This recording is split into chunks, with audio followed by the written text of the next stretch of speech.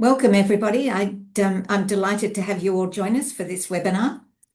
First of all, though, I'd like to acknowledge the traditional owners of the lands from which we're all coming from and pay my respects to those who might be joining us today.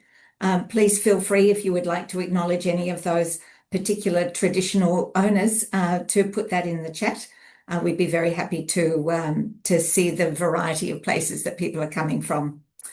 I would also like to thank the Department of Home Affairs for actually commissioning us to undertake this piece of work, this particular study, which is the first of 3 reports that are going to come out.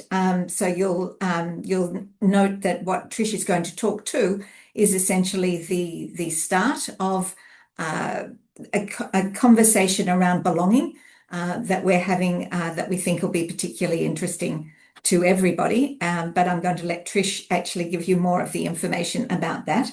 I would then, on that note, actually like to welcome to the Scanlon Foundation Research Institute's senior researcher, Trish Prentice. She's going to speak for about 20 minutes, and then we'll have plenty of times for questions. So really looking forward to hearing from everybody. And please put your questions into the chat. That'll be the place I'll go to be able to see what everybody is inquiring about. And on that note, I'll actually pass it over to Trish to get started. Thanks, Trish. Thanks, Anthea. Hi, everybody, and thank you for joining us. I will just quickly grab my slides and pop these up so you can all see them.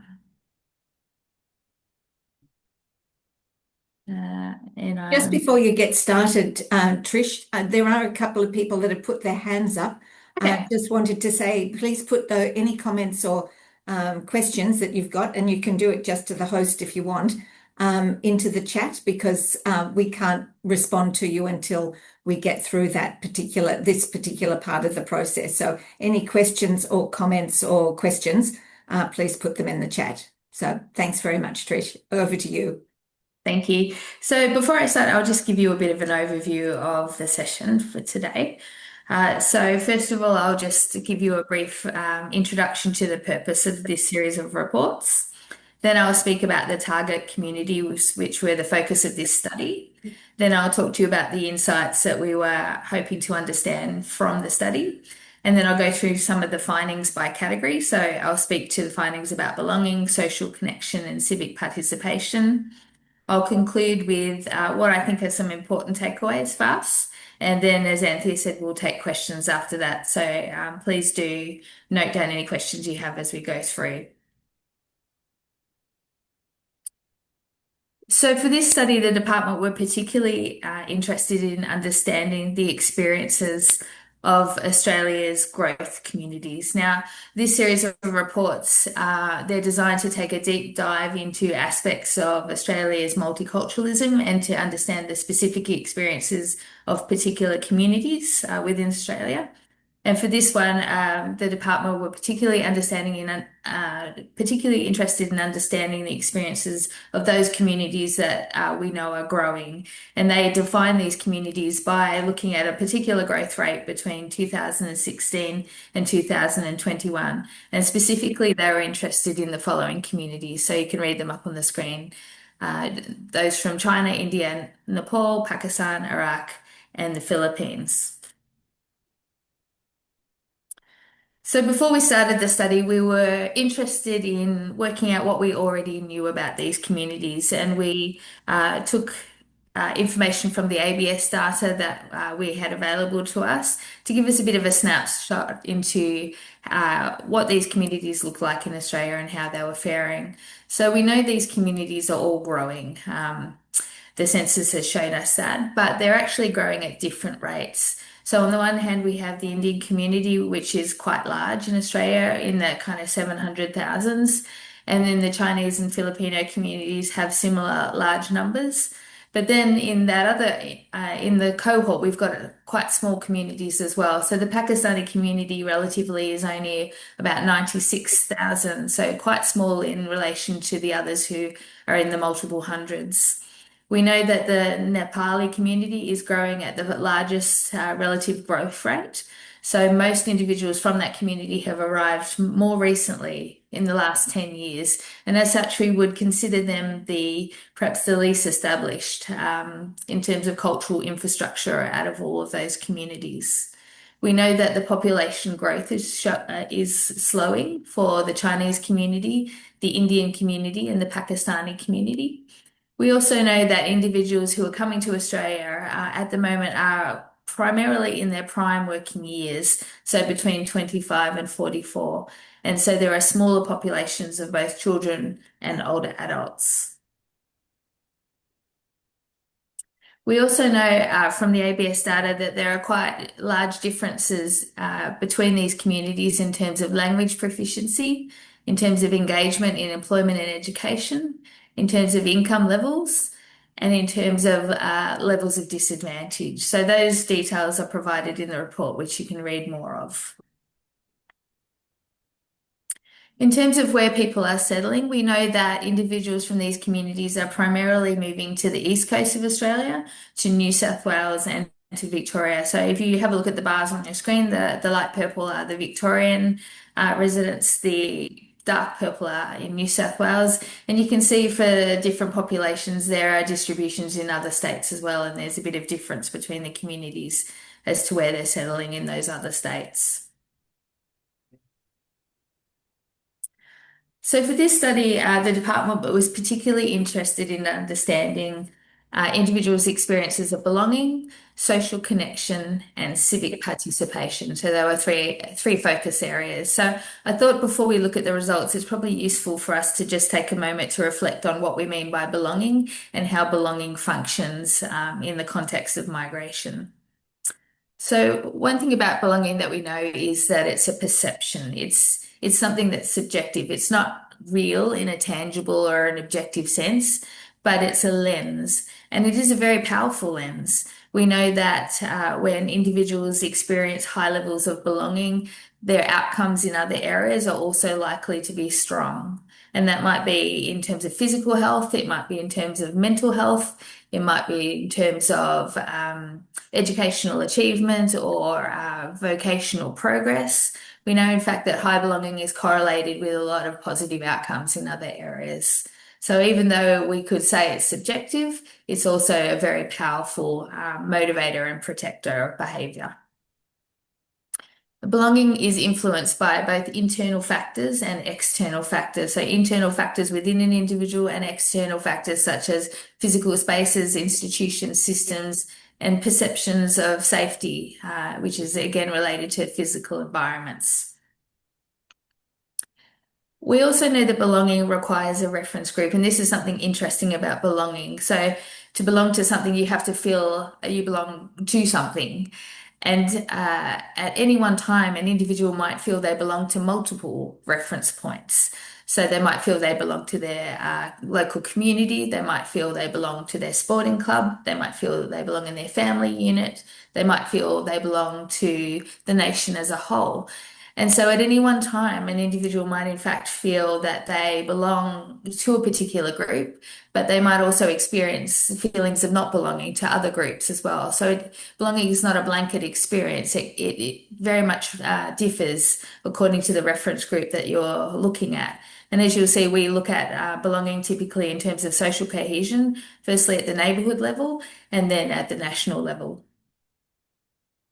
Belonging is also something that's quite dynamic. At any one time, an individual can be feeling pull factors, which are pulling you away from feeling a sense of belonging, and push factors that are pushing you towards it. So, and these can be physical and social, or they can take a variety of different forms. So belonging can change. It also requires a sense of reciprocity and agency. So belonging is not just about membership of a group. You might know that you belong to a group because you have a particular characteristics with other members of the group, but that doesn't necessarily mean that you feel you belong to it. There has to be a sense of agency, a sense of desire, a sense of activity towards that. And also not only from the individual's perspective, but from the groups as well. So the group plays an active role in whether somebody feels that they belong or that they don't. It's a reciprocal relationship. In the context of migration, belonging is really important. So if you can imagine, and some of you might know this firsthand from experience, the process of migration involves a severing of many things in a former country. They might be emotional connections, they might be social connections, there will be economic connections. And although these things may remain to some extent in the new country, in Australia, for example, they are inherently different. And so people come to a new context without that sense of emotional and social and economic security that they potentially had in a former country. And they have to go through the process of re-establishing those bonds in the new place. And so belonging is really important. It's a really important part of the process of settlement and integration for migrants. So what did we find in this study? Firstly, in terms of a sense of community belonging, we found that most individuals reported a sense of community belonging. They felt they belonged to their local community. And when I asked them why that was the case, the most common and the most frequent answer to that question was because of their social connections or their relationships in the local neighborhood. They said, I feel I belong because people smile at me, or I feel welcome, or I feel accepted, or the neighbor asks me to look after their house when they're away, or I look after their house when they're away. So those social connections were really critical to their sense of community belonging. And sometimes they were just kind of incidental interactions, and sometimes they were stronger relationships, but it was that relationship which was key to a sense of community belonging. Other important factors were things like making a contribution. I feel I belong to my community because I contribute to it, or this notion of receiving or providing assistance. I feel I belong because I do something for others or they do something for me. And as we go through, I will share some of the stories individuals shared with me so that you can read their words and hear their voices for themselves. So this is a response from one woman I spoke to who was explaining what it was like to be able to offer help to someone in her local community.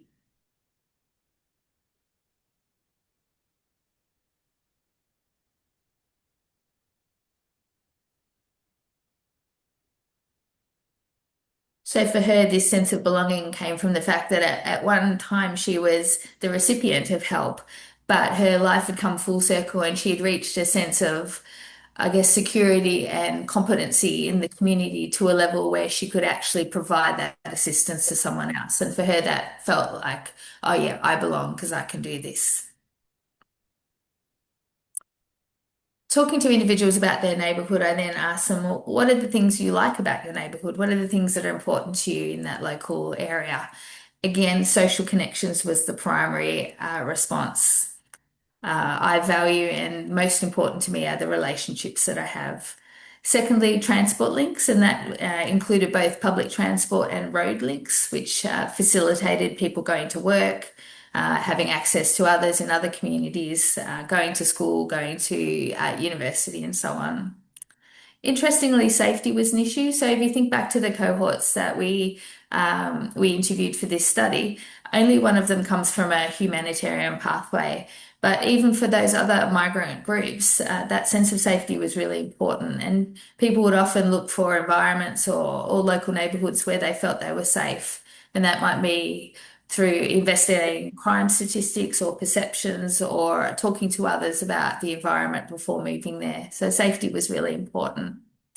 Another one was cultural diversity. And sometimes for individuals, that was having others from their cultural community nearby.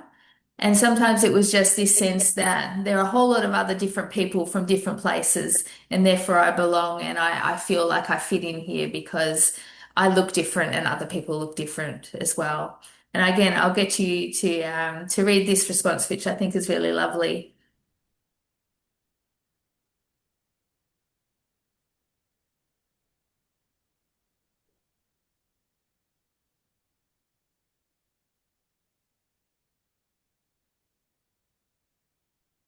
So that kind of multicultural flavor of a local community was something that was really valued and really seen as positive by some individuals I interviewed.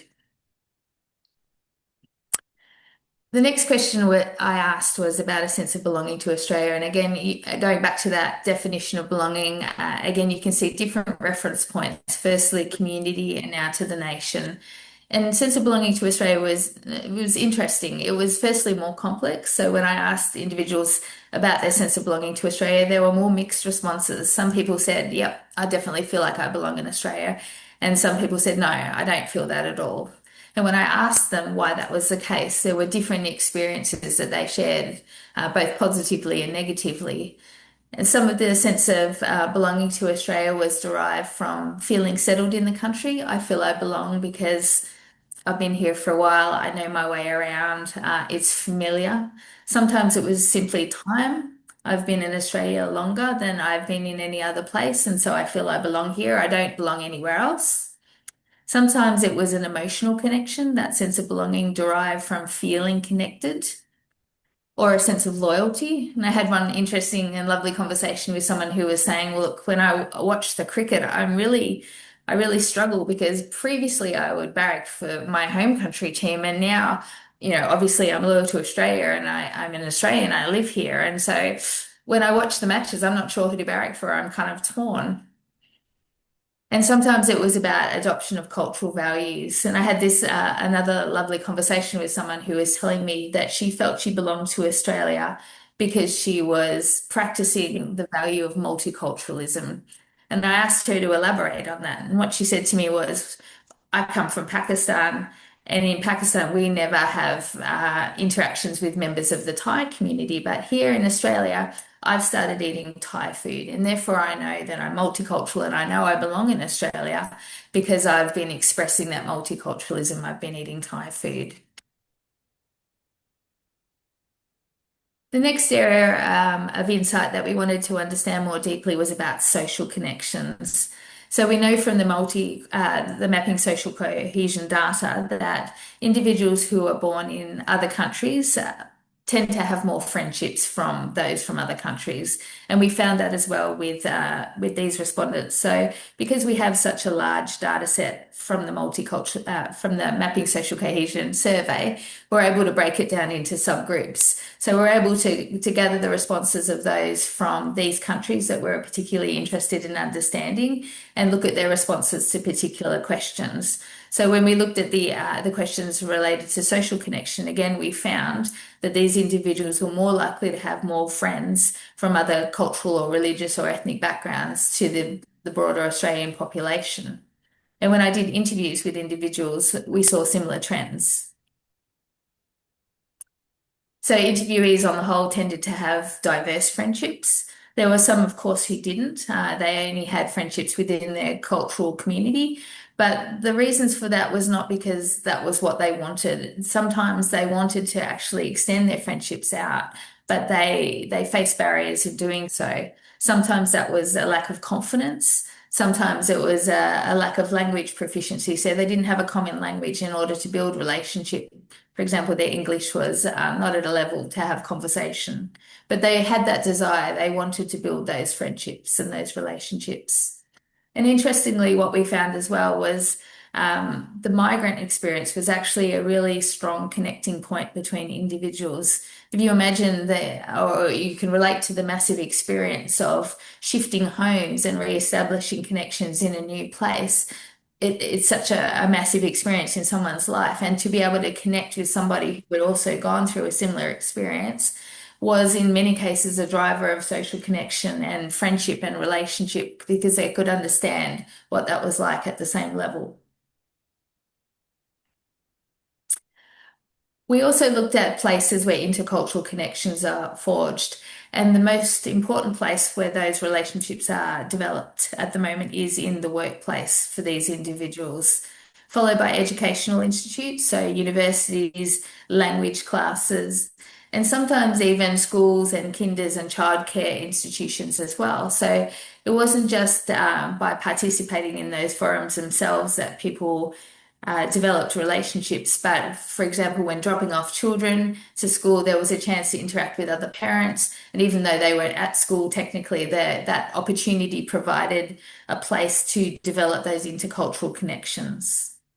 Places of worship are also important. People coming together around shared traditions, shared values, shared beliefs, sporting clubs, and volunteering opportunities as well, provided these opportunities for intermixing. Another thing that became very apparent through the interviews is that cultural networks play a really important role in the settlement process. So, again, thinking about the individuals from these communities, only one of those communities have a formal settlement infrastructure in place. So, those who come through the humanitarian pathway generally have access to settlement services and formal processes which help them settle and become familiar in Australia. But for migrants from other cultural communities who come through skilled pathways or family pathways or so on, they don't have a formal process in place. And so for them, they relied on the informal networks through cultural communities to provide the information about how to become familiar with Australia that they needed. And that included things like assistance with housing, assistance with accessing services, and just things like general advice as well. And what we found was that people were accessing mainly informal networks, not formal cultural communities. They were looking for people who they knew through a person or through a connection more informally rather than going to those formal associations. And this is a testimony from a young woman who didn't have connections in Australia. This is her experience. So those informal networks are really crucial for many people when they come to Australia. We know from the mapping social cohesion data that individuals from these cultural communities experience racism and discrimination.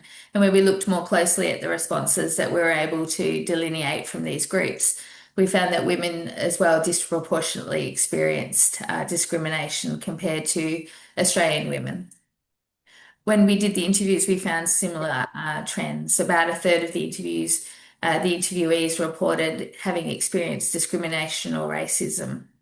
And out of these, again, a larger proportion were female, and there were also individuals who'd been living for a longer period of time in Australia. Finally, we asked the individuals about their civic participation. So this is things like their contribution to the community through things like volunteering or through participation in other forums. And what we found is that the majority of interviewees reported that they had participated, and they primarily participated by providing unpaid help or volunteer work. Now, we often measure volunteer work through formal mechanisms of volunteering, through things like social service organisations or with emergency services or community organisations or so on. But what we found through the interviews is people, although some are participating in those forums, most people are tending to do informal volunteering. They're contributing in informal ways that we don't often measure or count as volunteering. So things like working at language schools on the weekend or organising cultural festivals or providing administrative assistance for cultural groups or child minding at places of worship or volunteering in the classroom, so on. So people were actively involved in the community, but potentially not in the places we were expecting. And one key area where these individuals were contributing was providing assistance to other migrants. So those who had received informal assistance in coming to Australia were often more likely to provide that assistance to others. And they often did so not only to members of their own cultural community, but to others as well outside of that. We also know from the mapping social cohesion data that individuals from migrant communities tend to participate more in social and religious and community groups. And again, we found that again in the interviews. So about half of the individuals that we interviewed reported involvement in social, religious or other groups, most commonly in religious groups or cultural groups. But individuals also joined sporting groups or gyms, parent groups, university groups, women's groups, and even art and environmental groups. So they were looking for ways to build connections in the community and to participate. As part of that conversation about the local community, we also asked individuals which community facilities they used and what did they value in their local community. And interestingly, the library was the primary facility that people were using. And they were doing so not only just to get books in English so that they could practice their literacy, or books in language so that they could read in their preferred language, but also they were using the library for things like IT facilities if they didn't have computers at home for printing. They also used it as a social place where they could go and interact with others in the community, and a place where they could take the children to participate in workshops or activities of various kinds. And often people would go there because those activities were free. In addition to that, sporting facilities were highly valued and used. Local parks and playgrounds were again highly valued and used, both as a way of connecting in the community, but also because they were free. And community centres and neighbourhood houses were also important. In the study, we also encountered some trends which were outside of the scope of our research. So we had a particular focus on understanding belonging and social connection and civic participation, but found that individuals wanted to talk about other things as well at the same time. And one of the things that came out when we had a discussion about challenges was that many individuals had experienced difficulty obtaining work. So if you think back again to these cohorts, we know that individuals are coming in those prime working ages. They're in their working years, they want to develop financial security, they want to develop a career, they want to contribute, they want to use their skills. But a large number of individuals had actually had a lot of challenge in doing that. And even those coming to Australia with skills that Australia needed, or through skilled pathways where there was an expectation that they should be able to use their professional skills. Some of the reasons for that was lack of recognition of prior qualifications, professional registration requirements, which were very onerous, or a lack of local experience. And so what we found was that many individuals, in order to get work, had secured work at a lower level of skill than the skills or experience they'd had prior to coming to Australia. So there was evidence of this de-skilling, of undertaking, for example, certificate level courses when formerly they had graduate skills in their home country. The reason this is important is because we should not ever understand belonging in isolation from other dynamics of integration and settlement. So belonging is inherently connected to participation. When we feel that we belong, we want to participate. And at the same time, when we participate, it strengthens our feeling of belonging. And participation has different forums or different spheres where it occurs. And we've seen through these results that social participation is really strong. Individuals are participating in their communities, they're developing relationships, they're also participating civically, they're giving back to their communities in various ways. But then if we take that economic kind of sphere and find that individuals aren't able to find work that's meaningful, or they're not able to find work at all, or they're able to find work where they're not utilizing their skills and so on, then what happens is that participation becomes more fragile, and then that in turn makes belonging more fragile. So we should never understand belonging in isolation from its dynamics with participation. And so that trend or that finding about meaningful work was actually quite an important finding. So key takeaways, what can we take away from this study? Firstly, belonging starts at the level of local community, and it's driven by social factors. So in order to enhance or encourage belonging at that level, we need forums for interaction. We need places for interaction. We need opportunities for interaction, and an environment which is welcoming and accepting and which is safe. So it's conducive for interaction. These are all important things that we can do to foster belonging at a local level. And there is a clear role for local councils to play. Secondly, in terms of social connection, there's no evidence, at least from this study, that individuals are primarily sitting within their cultural communities. Of course, that happens and should happen. People share language and traditions and values from their cultures that should be celebrated and enjoyed. But individuals also are wanting to form broader connections with others from different cultural backgrounds. And it's only opportunities and language proficiency that seems to be providing or placing barriers for that happening.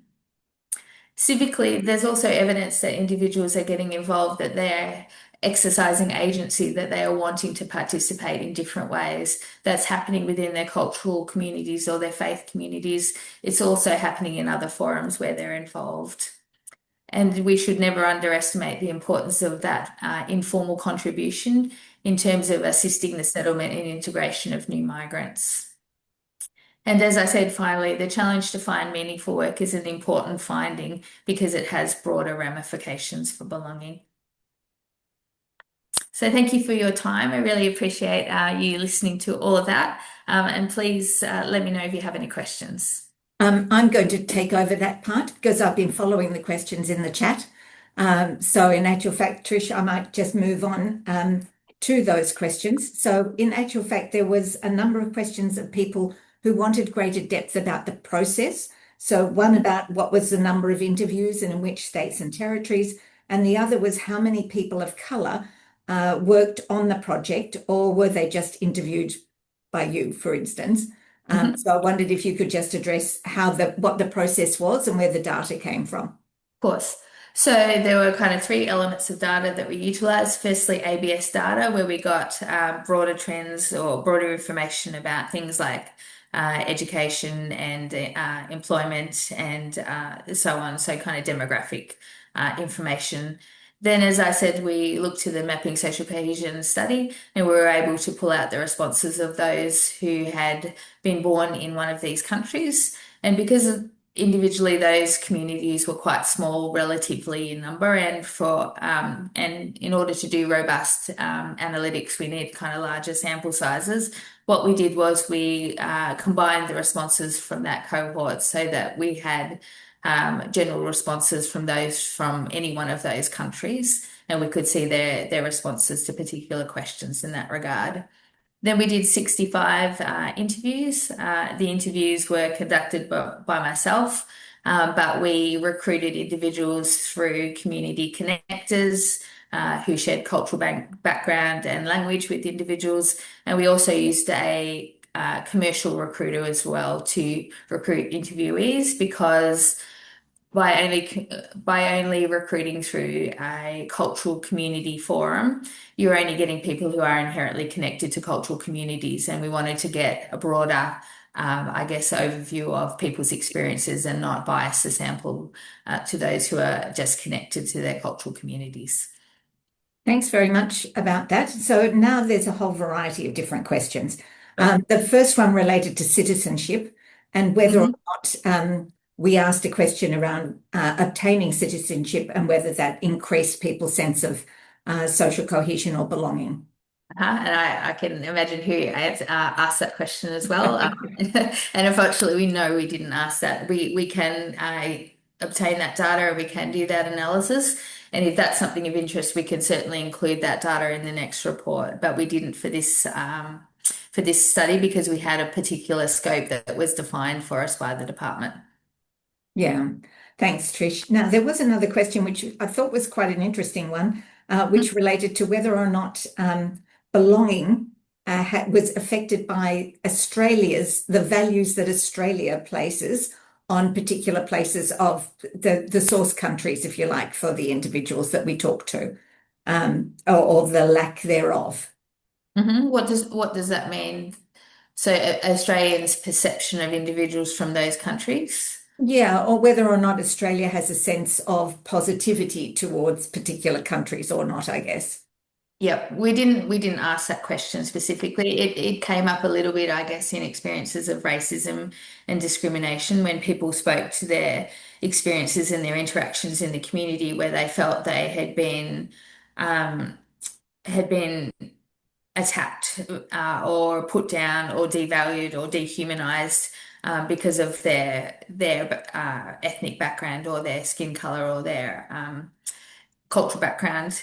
So there was some of that there that came up. And I mean, if you think about belonging as group membership, and then you are basically targeting someone because of a characteristic which is perceived to sit them outside of the group, then of course it affects belonging. It inherently says you are excluded, you don't belong in the group. And so of course there's that dynamic.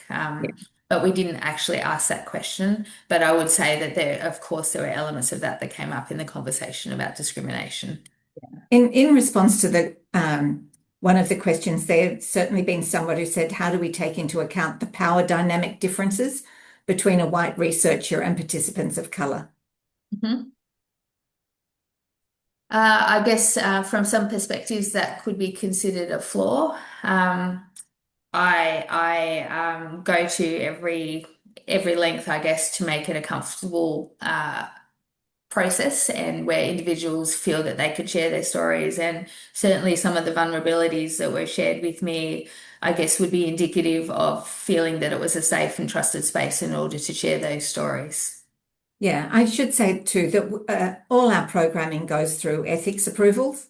So people are very aware, and we are very aware of that relationship. So we try to make sure that we can build trust and relationships. But in other circumstances, we use bicultural workers as well in order to support us. So there are a variety of different mechanisms that we use. There's several questions, but I might just go back to the original one so I don't miss those as well. Cultural networks functioning as the main media channels. So we didn't necessarily get into a whole lot of media consumption in this particular study, but the person has asked whether or not we think media consumption shifts from people using their home country media to using Australian media the longer they're here, or the more integrated they become. But that wasn't a question that we asked particularly. No, not for this study, we didn't. Another question was to do with why aren't new migrants accessing cultural associations to assist? And I noticed that somebody else had also put in a comment that sometimes due to privacy, people who are arriving newly can't necessarily have their addresses or contact details provided to associations and bringing the two together. So I guess they've sort of gone through that process of answering it themselves. But where cultural associations sit in regard to new arrivals is really an area of particular interest to people. Yeah, I think it's an interesting question and something potentially unexpected. Yeah, I think it deserves further investigation.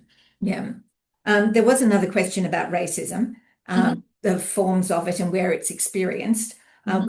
We didn't go into a lot of detail in regard to that particular aspect.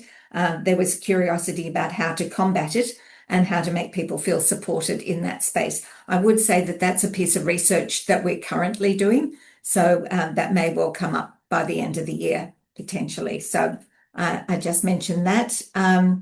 Then I would like to say, because they're popping up, I want to thank the people that are putting up these sort of instant responses. I don't know about you, Trish, but it's really great as you're going through a presentation to have people put up responses, because it gives you some reassurance that you're actually hitting on things that other people have experienced or seen as well.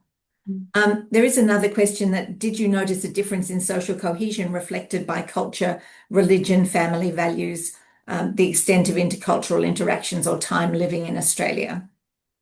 That again wasn't something that we looked at particularly. We were kind of doing a more deep dive into elements of social cohesion rather than looking at metrics as a whole. But yeah, certainly the mapping social cohesion study provides, more insights. It does, and it certainly looks at, so you can see in their graphs that look at the time living in Australia and how people on those different aspects of belonging or acceptance or worth vary at the longer time that they're here.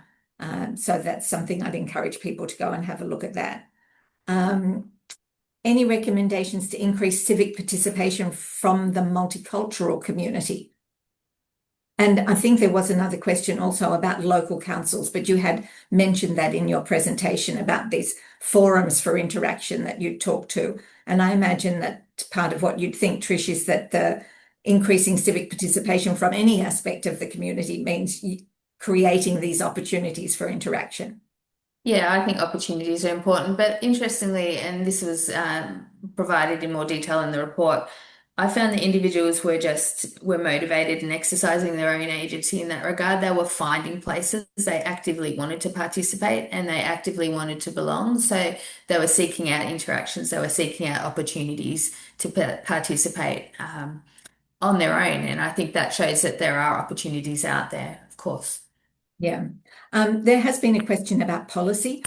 We should say that Trish has given this presentation at least 4 times already, if not more, within the Department of Home Affairs. So in actual fact, and including at workshops and to multiple individuals across the whole department. So this was deliberately commissioned in order to inform policy. So hopefully they will take that on board. But as I said, this is the first of potentially 3 iterations of this work. So we have the opportunity to continue to build on the information that we're going to be giving into government as well.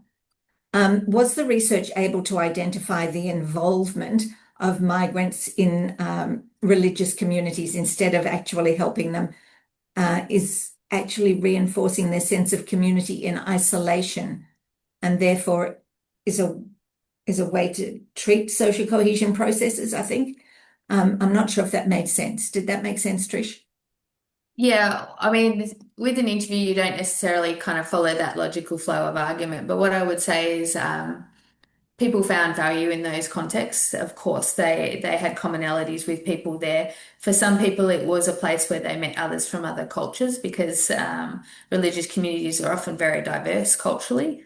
So that was a really positive thing to meet people from other contexts whom they'd never met before. But I think if you look at social connections, more generally, and this report emphasised the mapping social cohesion data emphasises it, and the refugee study, which was a previous study that we did with 2,000 respondents, that also emphasised it, that people are connecting outside of their cultural and religious communities, just in different ways. Yeah, there's a couple of questions. One is whether or not they discussed, the interviewees discussed identity at all. How do they go about seeing themselves as Australians? And another that said whether or not they had, how many said that they belong to Australia? Did we ask that particular question?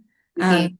Yeah. And off the top of my head, it was something like a third. So it wasn't half. It wasn't a majority. Said they belonged to Australia.